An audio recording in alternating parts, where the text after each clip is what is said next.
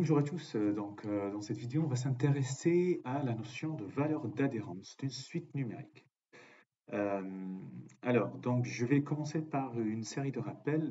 On se met dans un espace métrique, donc on a besoin d'une distance, et on prend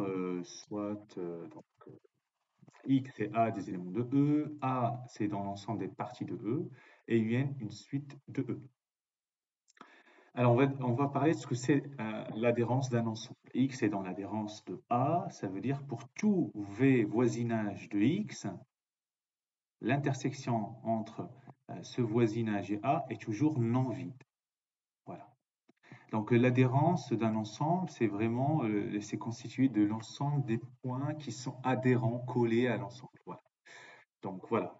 X est dans l'adhérence de A, si seulement si, pour tout voisinage de X, il va y avoir une intersection avec A. Voilà, c'est ça. X est dans une autre définition par les suites. X est dans l'adhérence de A s'il existe une suite Xn dans A telle que Xn qui converge vers X. C'est cette propriété qu'on utilise, on va dire, le plus. Voilà. D'accord. Je ne vais pas mélanger les choses, mais voilà. Donc cette caractérisation par les suites est vraiment très très intéressante. Alors, qu'est-ce que ça veut dire A est une valeur d'adhérence de UN? Ça veut dire que, alors regardons la définition, pour tout epsilon strictement positif, l'ensemble des n, tels que la distance de un à A, inférieure à epsilon, est infini. Autrement dit, quel que soit epsilon que vous choisissez, la distance des termes de la suite un à cette valeur d'adhérence va être très petite. Vous voyez, c'est ce qu'on appelle une valeur d'adhérence d'une suite. En quelque sorte, voilà, c'est des candidats de limite de la suite. Voilà. Hein, donc ça, il faut bien le garder en tête. Voilà, ce truc-là, que pour tout epsilon, la distance de un inférieure à epsilon, c'est comme en quelque sorte que un tend vers A. C'est A est une limite de. Voilà. On ne parle pas de limite ici parce que quand la limite existe, elle est unique, vous voyez, mais on dit que ce sont des valeurs d'adhérence. Et ici, en l'occurrence, vous pouvez voir que, par exemple, la suite un égale moins 1 puissance n, c'est la suite classique, elle a deux valeurs d'adhérence. C'est soit 1, soit moins 1. Vous voyez?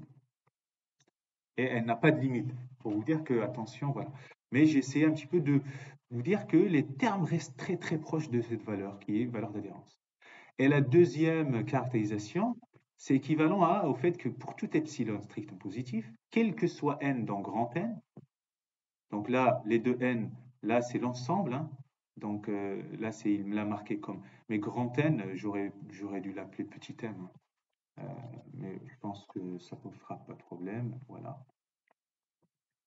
Quel que soit m dans n, on a n supérieur ou égal à n, et distance de un à grand A est inférieure ou égale à epsilon. Voilà. Ça, donc, c'est exactement la même chose, en fait. Alors, pourquoi je vous propose ça? Parce qu'on veut montrer qu'un exercice classique, montrer que l'ensemble des valeurs d'adhérence euh, de, euh, de la suite UN euh, est égal, en fait, l'intersection de n égale 0 à plus l'infini de l'adhérence de l'ensemble des termes de UK pour k supérieur ou égal à n, à partir de. Voilà. Alors, on va essayer de le faire par, on va dire, double inclusion, si vous voulez. Donc, soit A, donc preuve, soit A, une valeur d'adhérence. On va noter valeur d'adhérence grand V à D. Voilà, valeur d'adhérence de UN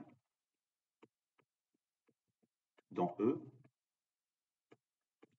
Donc, et on prend N dans N. Alors, dire que A est une valeur d'adhérence, voilà. Donc, il existe une sous-suite, voilà, c'est ça, il existe une sous-suite extraite, euh, extraite de UN, extraite, notée U phi n, telle que, voilà, telle que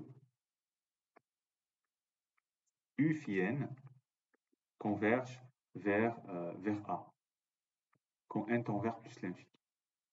Donc, pour le vocabulaire, phi, ce qu'on appelle extractrice. Hein, elle est croissante, strictement croissante. Hein. Voilà, c'est pas le sujet, mais je veux. Voilà. Il existe donc une suite qui admet A est une valeur d'adhérence, c'est ce qu'on avait dit avant. Ça veut dire qu'il existe une sous-suite extraite non U phi n, mais c'est une sous-suite extraite de UN, telle que U phi n converge vers A. Donc, alors, la suite, regardez encore, la suite. Donc, ici, si je note ici, au lieu de n, je note un p, comme ça, je me conforte à l'énoncé. La suite, alors, la suite U phi p pour p supérieur à n est extraite de UP pour p supérieur à égal à n. Donc, j'ai rien fait de particulier. C'est, voilà. Et converge vers A. Donc quoi? Donc A appartient, je vais écrire, à l'adhérence de cet ensemble. Alors, regardons pourquoi. Parce que les rappels que j'ai donnés, X dans l'adhérence, s'il existe une suite Xn dans A qui converge vers X. Donc A est dans l'adhérence de cet ensemble s'il existe une suite de cet ensemble qui converge vers A. C'est exactement ce qu'il a. U phi P extraite de UP, qui est là avec P supérieur égal à N, et qui converge vers A. Donc A étant l'adhérence de ça. C'est vraiment très important les rappels que j'ai donnés au début. Enfin, je les ai donnés parce que je vais les utiliser. Et on a montré une inclusion. Donc, c'est-à-dire, et ainsi, A, il est dans l'un, donc il est dans l'intersection. Pour N dans N, de tous les ensembles UP pour P supérieur ou égal à N. Voilà. Donc ça, c'est la première inclusion. Deuxième inclusion maintenant.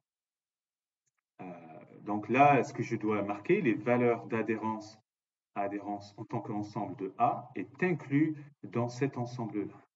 OK? Si je le note, étoile est inclus dans étoile. Maintenant, il va falloir montrer que étoile est inclus dans l'ensemble des valeurs d'adhérence de A.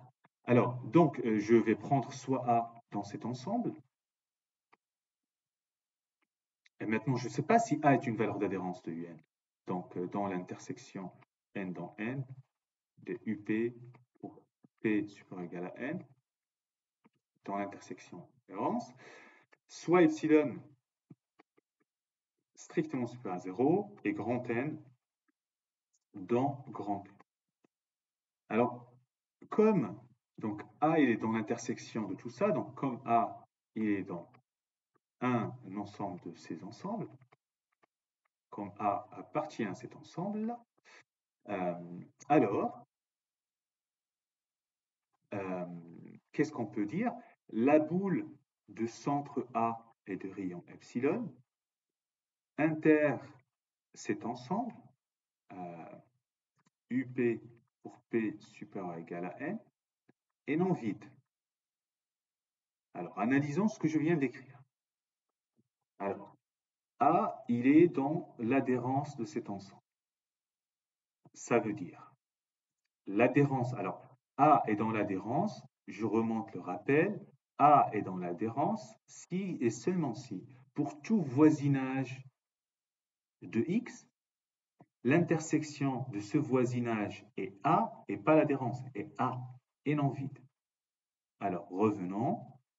A est dans l'adhérence si tout voisinage de A, en particulier la boule centrée en A du rayon epsilon strictement positif, intersecté avec l'ensemble est non vide. Ça, c'est vraiment le rappel qu'il a. J'aurais dû donner un nom. C'est le premier. OK? Alors, donc, si j'ai ça, donc quel que soit ainsi, quel que soit epsilon strictement positif, quel que soit n dans n, donc ce que j'avais posé ici. Il existe un P dans grand N tel que P supérieur à grand N et la distance entre UP et A est plus petite que epsilon. Alors, analysons ce que je viens d'écrire. Alors, regardons ce que j'écris. Donc, la boule de centre A de rayon epsilon inter cet ensemble est non vide. OK? Donc, quel que soit epsilon strictement positif choisi, quel que soit grand N dans N, il existe un P, un rond, à partir tel que pour P qui est supérieur ou égal à N, distance, donc le P supérieur à N, c'est à partir de cet ensemble-là. Donc, si l'intersection est non vide, ça veut dire que il y a un élément qui est là-dedans et là-dedans. Ça veut dire que la distance des termes UP de A est inférieure à epsilon. Or, ça exactement, c'est la deuxième équivalence de ce que c'est une valeur d'adhérence qui est là. C'est vraiment 100% du coup. C'est-à-dire, ceci montre